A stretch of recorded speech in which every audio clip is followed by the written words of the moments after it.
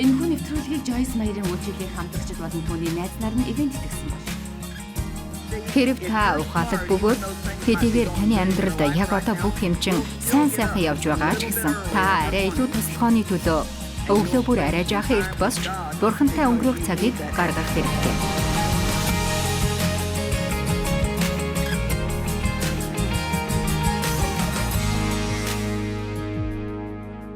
Есүсийн өгүүлдэг сургаал зөвөрлөлүүд нь зүгээр л гайхамшигтай байдаг.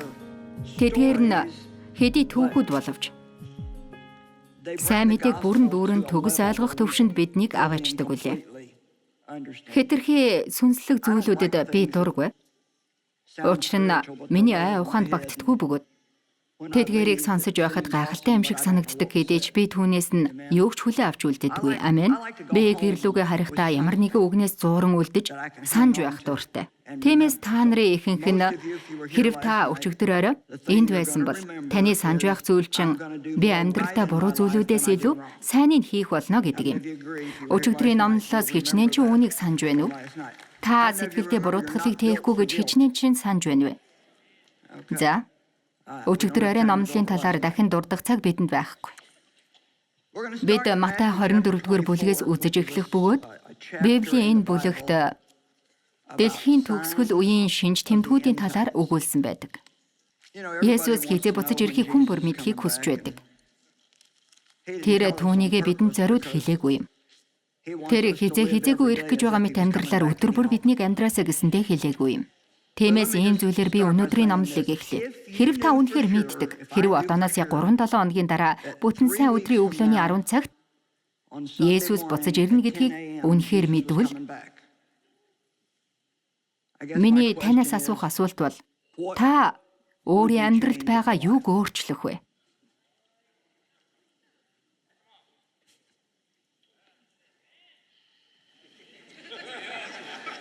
Бид яг үнэндээ ямар нэгэн зүйлийг дурдж чадна гэж үү? Бурхны хүсэж байгаа зүйлийг би хийж байгаа гэдэгтээ итгэдэг бөгөөд өөрийн амьдралаа зас залруулахын тулд түрэгхэн шиг ямар нэгэн зүйлийг өөрчлөх шаардлагагүй. Учир нь Есүс буцаа ирэх гэж байна гэж би бодож байна. Яг энэ нь тэр хизээгүй ирэх гэж байгаа амьдралаар амьдрахын гол зорилго юм. Та нарт нэгэн зүйлийг хэлье. Яг одоо бид бүхний өмнө нэгэн том ажил бий. Энэ дэлхийн эмх замбраагүй байдалд байгаа. Хүмүүст итгэл найдвар байхгүй байна. Таны машины ард наасан наалтчин хэн нэгэн хүний хувьд ямар ч ач холбогдолгүй гэдэг нь үнэн билээ. Хэрв та түүндээ дуртай бол түүнийг хадгалж болно л доо. Гэвч тэрхүү жижигхэн загасны дүр төрх нь итгэгч биш хэн нэгэнд ямар ч утга учиргүй лээ. Харин өөр нэгэн итгэгч хүн хүү энд нэг итгэгч хүн явж байна л гэх бах. Гэхдээ Есүс бол туйлын үнэн гэдгийг энэ дэлхийн хүмүүст батлах цорын ганц зүйл бол бид өөрсдөө Есүс шиг байх явдал юм. Хэрэг бид түүнийг биднээр дамжуулан гэрэлтүүлэх юм болж тэхийн тулд та өөртөө анхаарлаа хандуулахаа болж Бурхан танаар дамжуулан юу хийхийг хүсэж байна вэ гэдэгт анхаарлаа илүү хандуулах хэрэгтэй юм. Матай 24-т дэлхийн төгсгөл үеийн талаарх маш урт жагсаал байдаг. Тэдгээрийн ихэнх нь аль хэдийнэ болоод өнгөрчихсөн билээ. Тэдний ихэнх нь удахгүй ирэх болно гэж би хэлж чадна. Тиймээс мэдээж хэрэг тэр цаг мөч ойртож байгаа нь гарцаагүй юм. Тэр цаг хизээвэ гэдгийг хинч мэдэхгүй боловч ойрцоор байгаа.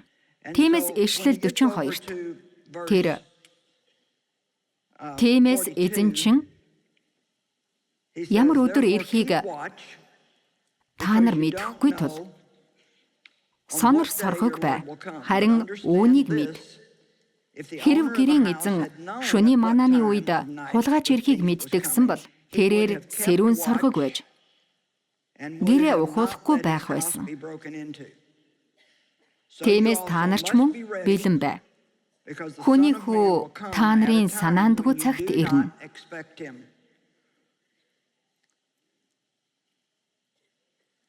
Бусад зарц нарынхаа хоол ундын цагт нь өгүүлэхээр эзэн нь гэрийнхээ дээгүүр тавьсан эдгэмжид ухаалаг зарц нь хэн бэ? Тийхүү үйлдэж байхад эзэн нь ирээд харвал тэр зарц ерөөлтэйе гэж хэлсэн байдаг. Тэгэхээр бид бэлэн байхыг хүсч амьдрах хэрэгтэй. Яарах биш, бэлэн байх хэрэгтэй. Амен. Хаяада нэг бид энэ талаар сонсох хэрэгтэй. Яагад гэвэл Есүс буцаж ирнэ. Тэр буцаж ирнэ. Бид түүнийг алдаршуулж хэрхэн Есүс шиг байхыг хүмүүст харуулсан амьдралын хэв маягаар амьдрах, тийм амьдралыг хүсэх хэрэгтэй. Тэгэж амьдрахын тулд энийг одоо сонсоорой. Та залах уу? Хэтэрхий тааваараа байж болохгүй. Мөн өөдрөг бус эсвэл идэвхгүй байж юмыг хоош нь тавигч байж болохгүй. Бидний дунд аливаа юмыг хоош нь тавигч хүн байна уу гэж таныг суудал дээр чи үнэлцүүлтэл би энэ талаар үнэхээр сайн ярина. Би танд гэрийн даалгавар өгөх болно. Матай 25 дээр байгаа 3 сургаал зөвөрлөл нь мэдээжийн хэрэг 24-р ишлэлийн дараа үргэлжлээд гардаг. 24-р ишлэлд энэ дэлхийн төгсгөлийн талаар өгүүлсэн бүх шинж тэмдгүүдийг та олж уншдаг. Тэгэнгүүтээ тэр 3 сургаал зөвөрлөлөө өгүүлдэг. Хамгийн ихнийх нь 10 онгоо октын талаар өгүүлсэн сургаал зөвөрлөл байдаг бөгөөд магадгүй өнөө өглөөний хувьд бидэнд зөвхөн энийг л судлах цаг байгаа бах. Үүдээс хойш бид талантын талаарх сургаал зөвөрлөл болон хонь ямаануудын талаарх сургаал зөвөрлөлийг судлах болно. Энэ нь миний хамгийн дуртай сургаал зөвөрлөлүүдийн нэг гэж би боддог. Хонь болон ямаануудын талаарх Есүсийн ярьсан гүн гүнзгий номлолын эхийг энд өгүүлсэн байдаг. Матай 25-ын 1-ээс 4-р ишлэл Тэнгэрийн хаанчил нь сүйт залууг ухтахаар дэнлүүгээ аваад гарсан 10 охинтой төстэй юм. Тэдний 5 мөнхөг 5 ухаалаг байлаа гэдэг. Бидний өмнө үргэлж сонголт байдаг. Тийм биш гэж юу? Эрх чөлөөтэй байхын хамгийн гоё нь Бурхан биднээр ямар нэгэн зүйлийг хийхийг тулган шахдаггүй юм. Тэр биднээр зөв зүйлийг хийлгэхийг тулгадаггүй. Мэдээж буруу зүйлээс хол ойлгохын тулд тэр биднийг удирдан залахыг хичээдэг. Хамгийн гол нь тэр нь өөрсдийн минь сонголт байдаг. Тийм ч учраас хэрэв бид өөрсөддөө чин үннээр хандвал өөрсдийнхөө асуудалд бусад хүмүүсийг үргэлжлүүлэн буруутгаад байж болохгүй нэг шалтгаан нь энд оршдог юм. Учир нь жишээ татвал аав минь намайг олон жилийн турш бэлгийн хүчирхийлэлд оруулсан. Ээж минь ааваас айдаг тул энэ тал дээр миний төлөө юу ч хийгээгүй. Би тэр чигээрээ сүрчгсэн байв. Гэвч итгэгч болох үедээ сонголт хийх хэрэгтэй болсон бөгөөд миний өмнө сонголтууд байгааг би олж харсан юм. Маш олон жилийн турш би өөрийнхөө азсаг шиг зан аршингаа туулж өнгөрүүлсэн хүчирхийллүүгээ чигдэг байсан бөгөөд нэг удаа Бурхан зүрх сэтгэлд минь хандаж чиний ийхүү аашилтгийн шалтгаан энэ мөн хийдэж. Энийг энэ чигээрээ байлгаад байхын шалтгаан битгий болгоо гэж хэлжүүлээ. Энд байгаа хүмүүсийн хэн нэгэнд энэ үг хэрэгтэй биш гэж юу? Гол нь бид бүгдээрээ шархалсан. Бүгд л ёс бус байдалд өртөгдсөн шудраг бус хандлагыг туулан гарсан байдаг. Бид тэдгээр зүйлүүдийг сэгсэрч хаяж урагш тэмүүлэх хэрэгтэй. Хэрэв та хэн нэгэн хүнийг уучлах хэрэгтэй бол дахиад нэг өдөр ч гэсэн битгий хоошлуул. Өнөө үеийн сүм цуглаануудад тулгарч байгаа гол шалтгаануудын нэг бол ууртай итгэгч нар байдаг гэж би боддог. Ийм байдлаар бид урагшлахгүй шүү дээ. Есүс хэрэв та бусдыг уучлж чадахгүй бол би чамайг уучлж чадахгүй гэж хэлсэн байдаг. Яа, энэ ч гүн асуудал шүү. Эдгээр охид бол орчин үеийн сүд бүсгүүчүүд мэт байсан. Хормын яслал дээр үед одооныхоос арай өөр байдаг байв. Хормын яслалыг 7 хоногийн турш тэмдэглэх болон хүн бүрийг уурих нь түгээмэл явдал байв. Тэр үед сүд бүсгүйн аав ээж нь хүргэн болон хүргэний талд тодорхой хэмжээний мөнгө төлдөг байсан нь магадгүй хүргэний тал одоо охиныг асран халамжилж эхлэх болсонтой холбоотой байх. Би сайн мэдэхгүй байна. Шал утгагүй юм а. Миний бодлоор эмэгтэй тал биш хүргэний тал л мөнгө төлмөр юм. Гэвч сүд бүсгүй бэлэн ба бэлтгэгдсэн байх хэрэгтэй. Сүд бүсгүүчүүд бэлэн бэлтгэгдсэн байх ёстой байв. Гэхдээ гол зүйл нь тэд хэр удаан хүлээх ёстойгоо ерөөсөө мэддэггүй байсанд оршдог. Орчин үед хорим 10 цагт болно гэвэл та сүд бүсгүйг 10 цагт л ирнэ гэж хүлээнэ үсттэй. Гэтэл тэр үед бол сүд бүсгүүчүүд өглөөний 10 цагт ирчгээд хүлээж байх зуур. Ихэнх тохиолдолд хүргэн болон хүргэний талынхан охины талынхантай харилцан тохиролцоо хийсээр байдаг байсан байна. Тиймээс сүд бүсгүүчүүд зүгээр л хүлээгээд л байж байдаг. Хүргээ ирэх болно гэдэгт итгэдэгч хизээрнэ гэдгийг огт мэддэггүй байв. Гэхдээ тэдэнд өгсөн заавар бол бэлэн байх явдал. Амен. Бид бол хүргэн хүү өөрийн сүт бүсгүй рүүгээ эрхийн хүлээж байгаа сүт бүсгүүчүүд юм. Бид мунхаг бус ухаалаг байх хэрэгтэй. Сургаалт үгс 1:20-21-ийг би та нарт уншиж өгмөр байна. Учир нь энэ бол үнэхээр сайн ишлэлүүд гэж би боддог. Сургаалт үгс 1:20.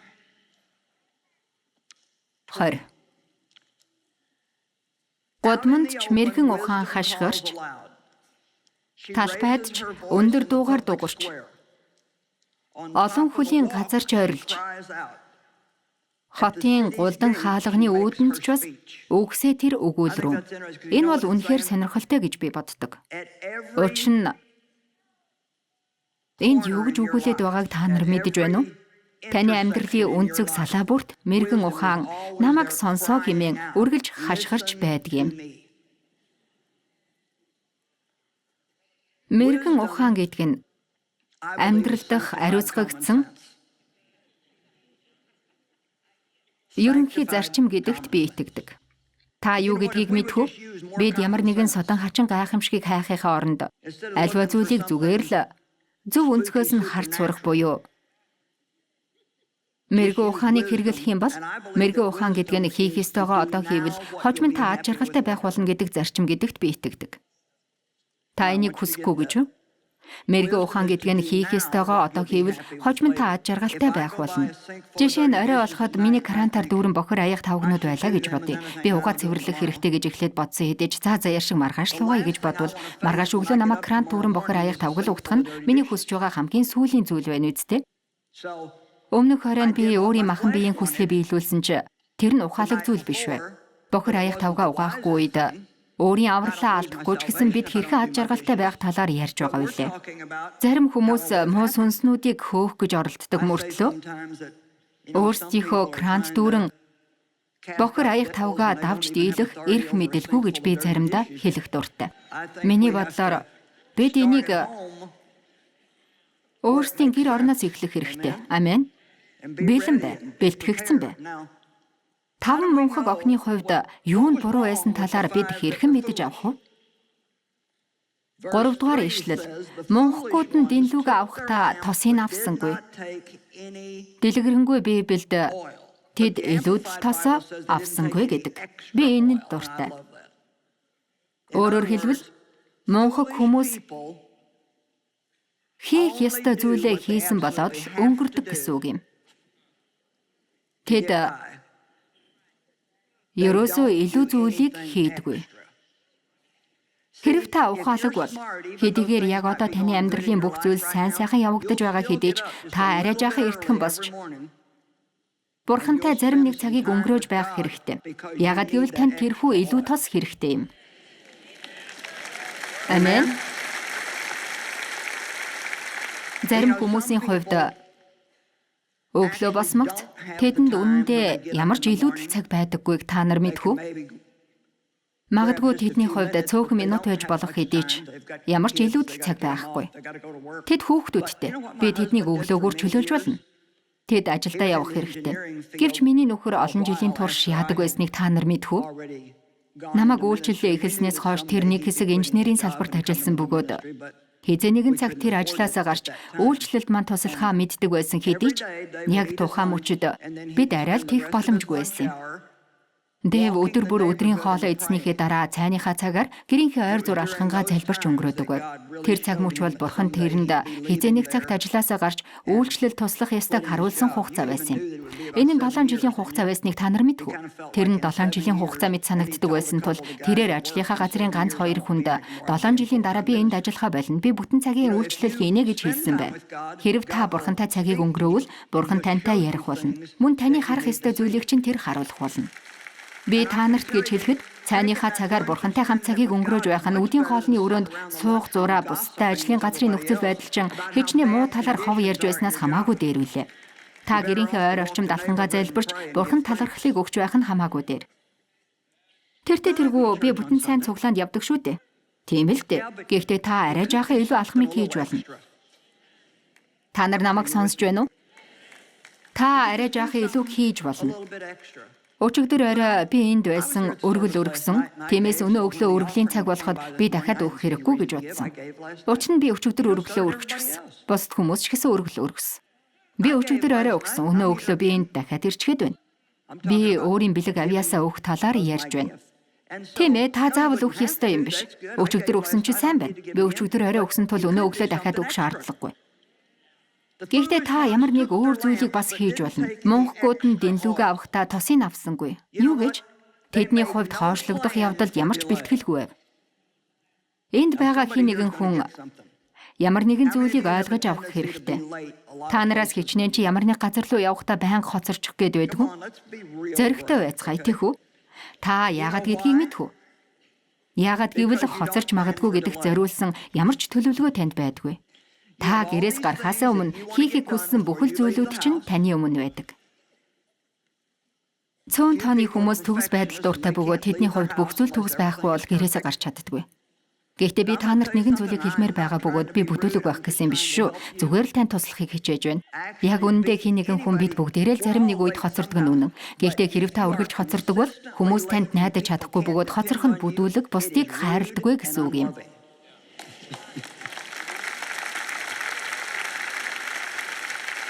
Заримдаа энэ нь бяцхан үнэгнүүд усан үзмийн модыг боснуулдаг гэх явдал байдаг. Тэдгээр бүхэл жижиг сажиг буултууд нь хуримтлагцаар байгаад бидний хувьд том асуудал болж хувирдаг. Өнөө орой та бүхэн гэртээ харихдаа бид ямар хүмүүс байж чадах вэ гэдэг талаар зүгээр л нэг сонссон хүмүүс битгий байгаарэ гэж би гуймаар байна. Та нарын зарим ч энэ Joyce-ыг сонсох гэж ирснийг би мэдэж байна. Гэхдээ энэ амралтын өдрүүд бол надад зориулагдсан өдрүүд юм.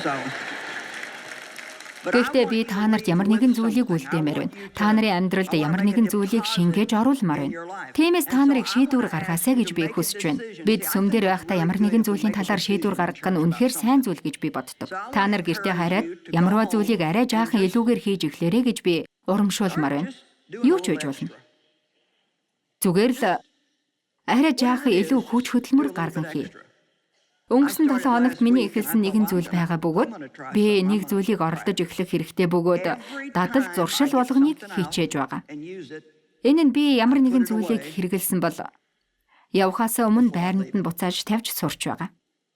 Хэрэг би галтойгоо хаваар эргэлдэх үед аяг тавгнууд угаагдах хэрэгтэй бол угаадаг болсон.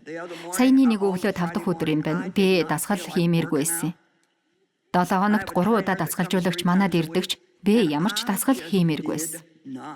Энэ амралтын өдрүүдэд энд номлосон тул маргааш амарна гэдгээ би мэдэж байсан. Тиймээс би дараалсан 2 өдрийг бас дасгал хийхгүйгээр өнгөрөөмөргүйсэн. Би утсаа аваад дасгалжуулагч руугаа уцтаж өнөөдөр дасгал хийж чадахгүй нэ гэж хэлэхэд бэлэн байсан. Тэгээд би үгүй би дасгал хийнэ гэж бодсон. Энэ бүх зүйл бол өөрийн чинь шийдвэр гэдгийг та нар харж байгаа үсттэй. Юу гэж? Хэрв та заримдаа өөрийгөө жаахан хүчлээд үзвэл тэр чинь танд хор хөнөөлтөй зүйл биш үлээ. Та зөв зүйлийг хийхэд өөрийгөө жаахан хүчлээд өгөх хэрэгтэй. Хэдэн сарын өмнө нэгэн сэтгэл зүйч манай хөтөлбөрт оролцсон бөгөөд тэрээр орчин үеийн хүмүүс тав тухгүй байдалд хэтэрхий эмзэг болсон. Яг үнэндээ тэгтлээ айхтар бус жижиг сажигхан зүйлсээс болж тэд амархан гутралд ордог болсон гэж тэр эмэгтэй хэлсэн. Бид амьдралдаа баг зэргийн хатуу хүтүг туулах хэрэгтэй. Амен. Та нараас хичнээн чи хувцсны өрөөгөө цэвэрлэх хэрэгтэй. Бидний худалдаа аваад байдаг төрөл бүрийн зүйлүүд бидэнд төвөг авчирдаггүй гэж юу? Бүсгүүчүүдээс асуухад танд байгаа эмэгнүүдээс хичнээн та огт зүүдгүй. Тэр эмэг үнэхээр гоёч яг зохицох хувцас худалдаа авч амжаагүй байгаа. Би ойлгож байна. Хизээж өмсөж байгаагүй гутлнууд надад ч бас байдаг. Энэ нь нэг тиймэрхүү байдаг. Нэг гутал өмсгөр Дэв надаас чи наадхаа хизээ худалдаж авсан юм бэ? Жилийн өмнө. Тиймээс би шүүгээгээ цэвэрлж зарим нэг хувцснуудаа бусдад өгөх хэрэгтэй. Хэрв хувцсны шүүгээгээ нэг л өдөрт янзалд дуусгана гэдэг нь танд хэцүү санагдаж байвал та зүгээр л өдөрт 15 минут зарцуулсаар байгаад би энийг янзалж дуусгана гэж өөртөө хэлэх хэрэгтэй. Хэрв хэрэгтэй бол цаг товлоод түүндээ өдөрт 15 минутыг зарцуулаад байх юм бол тун удалгүй дуусгах болно. Та нараас хичнээн залхуурал идэвхгүй байдал чинь таныг багаар идээд байдгийг мэддэггүй.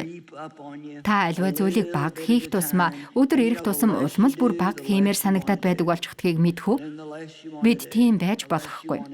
Тиймээс өнөөдрийн энэхүү номлол нь унтаж байгаа итгэгч нараа сэрцгээ гэдэг номлол юм. Амен. Хэрв та амьдралынхаа альж салбарт унтаахаа болоод байгаа юм бол та сүмд тогтмол явдаг байснаа одоо туршлагатай сандал дээрээ суугаад бүтэн сайнны номлолыг гэртээ үздэг болсон бол сүмд явах боломжгүй хүмүүс зориулж тэрхүү боломж нь нээгцэнд би баяртай байгаа хэдий ч тэр зүйл нь бидний хувьд хүчин чармаалт гаргахгүй байхын шалтгаан байх ёсгүй юм. Учир нь тэр байдал нь магадгүй танд сайхан санагдаж байж болох ч гэсэн та хэрэгтэй байгаа хүмүүстэй тусалж байгаа юу? Тэр л бидний асуудал юм. Бид ивэлийг хүртэх түгээх ёстой. Ийм хандлагатай бай. Би өнөөдөр цуглаандаа цуглаан руугаа явах зураа пастрийнхаа төлөө залбирах болно. Тэгээд би эргэн тойрныхоо хүмүүсийг ажиглаж гэрлүүгээ харахаас өмнө ивэл хэрэгтэй байгаа хэн нэгэн хүнийг олж ивэлээ өгөх болно. Та нарт нэгэн зүйлийг хэлэхэд хэрвээ өөрсдийнхөө талаар бага, бусдын талаар ихийг боддог бол бид илүү их ад жаргалтай байх болно. Тийм биш гэж үү? Тэдгээр мунхаг октын хувьд бол тэр ямар ч илүү зүйлийг хийхийг хүсээгүй юм. Харин ухаалгууд нь савтай тосыг дэнлүүтэй хамт авчээ.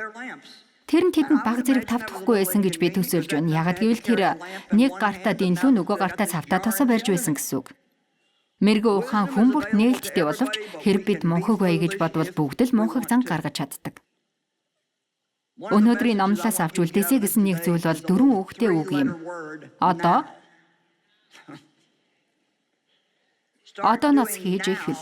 Хийх хэрэгтэй гэж мэдэж байгаа зүйлээ яг одооноос эхэлж хийж эхэлвэл хожим нь та ад жаргалтай байх болно. Та яг одоо өөрийн махан биеийг ад жаргалтай байлгахын тулд аливааг хоошлуулж хожим нь ад жаргалгүй байх эсвэл сүнс таныг удирдахыг түүнд зөвшөөрч түүний хэлж байгаа зүйлийг одооноос хийж хожим нь ирэх бүхэл эрх чөлөөнийхөө тухай бодож байж болно.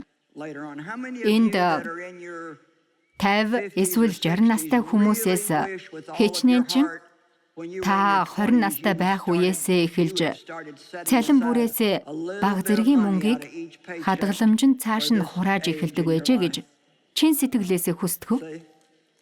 Бид аливааг одооноос хийж эхэлвэл ямар үр дүн үзүүлэхийг харж байна уу? Гэхдээ өнөөдөр бидэнд юу сайхан санагдаж байгааг л бид хийхийг хүсэж байна. Өнөөдөр бидэнд юу намар байгааг л хиймээр байна. Маргаашийг март. Юу гэж маргааш заавал ирдэг. Хэзээ нэгэн цагт бид хийсэн зүйлийнхээ үр дүнг хүртэх болно.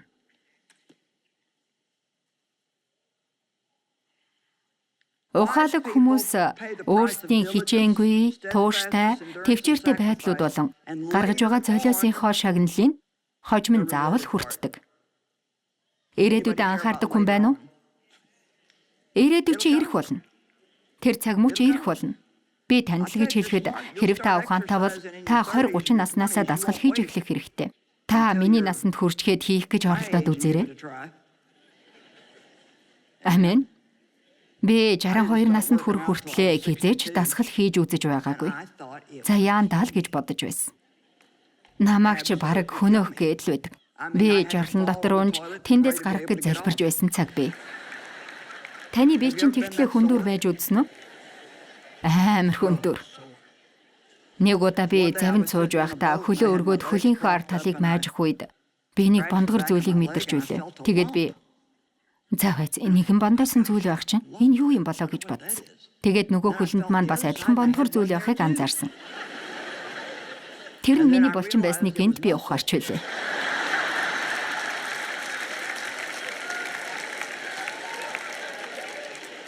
Та нарын зарим чинь нэлээд дасгал хийж ил байж тиймэрхүү булчинтай болно. Амен.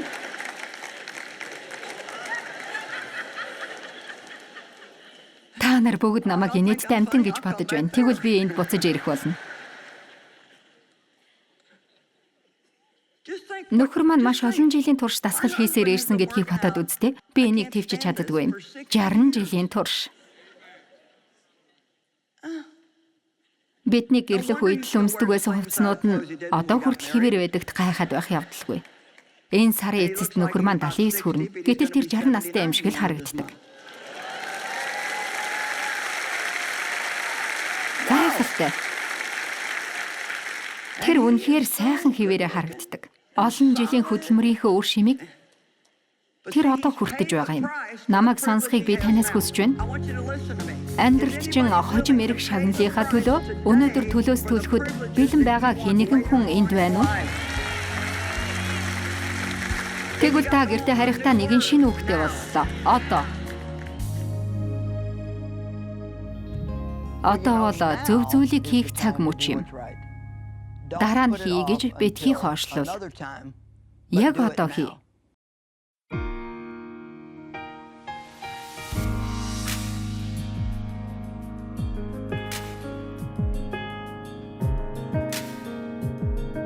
Энэхүү нэвтрүүлгийг Joyce Meyer-ийн үйлчиллийн хамтрагчид болон түүний найз нар нь ивент итгэсэн бол